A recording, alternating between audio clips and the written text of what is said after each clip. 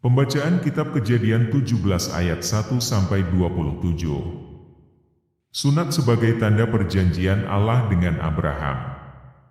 Ketika Abram berumur 99 tahun, maka Tuhan menampakkan diri kepada Abram dan berfirman kepadanya, "Akulah Allah yang Maha Kuasa, hiduplah di hadapanku dengan tidak bercela. Aku akan mengadakan perjanjian antara aku dan engkau, dan aku akan membuat engkau sangat banyak."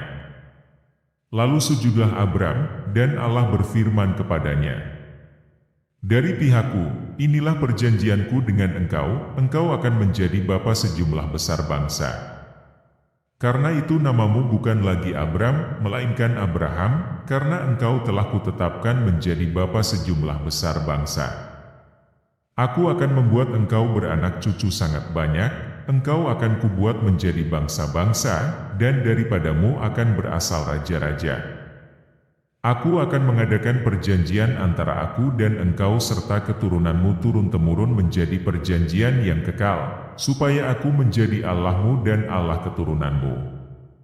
Kepadamu dan kepada keturunanmu akan kuberikan negeri ini yang kau diami sebagai orang asing, yakni seluruh tanah Kanaan akan kuberikan menjadi milikmu untuk selama-lamanya, dan aku akan menjadi Allah mereka." Lagi firman Allah kepada Abraham, "Dari pihakmu, engkau harus memegang perjanjianku, engkau dan keturunanmu turun-temurun.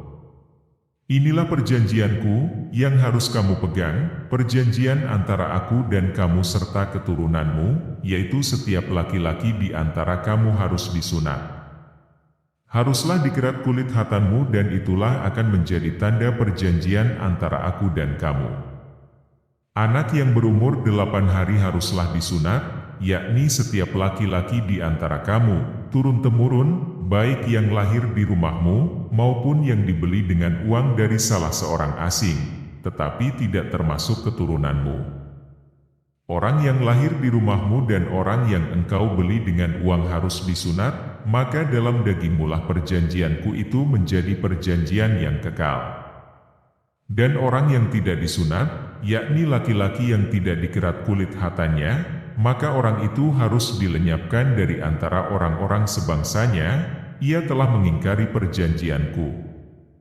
Selanjutnya Allah berfirman kepada Abraham, tentang istrimu Sarai, "Janganlah engkau menyebut dia lagi Sarai, tetapi Sarah, itulah namanya.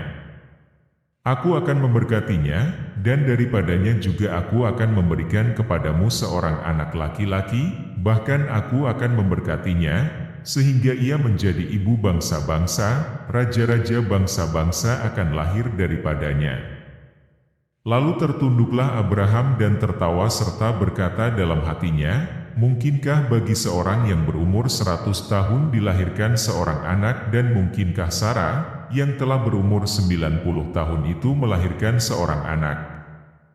Dan Abraham berkata kepada Allah, Sekiranya Ismail diperkenankan hidup di hadapanmu."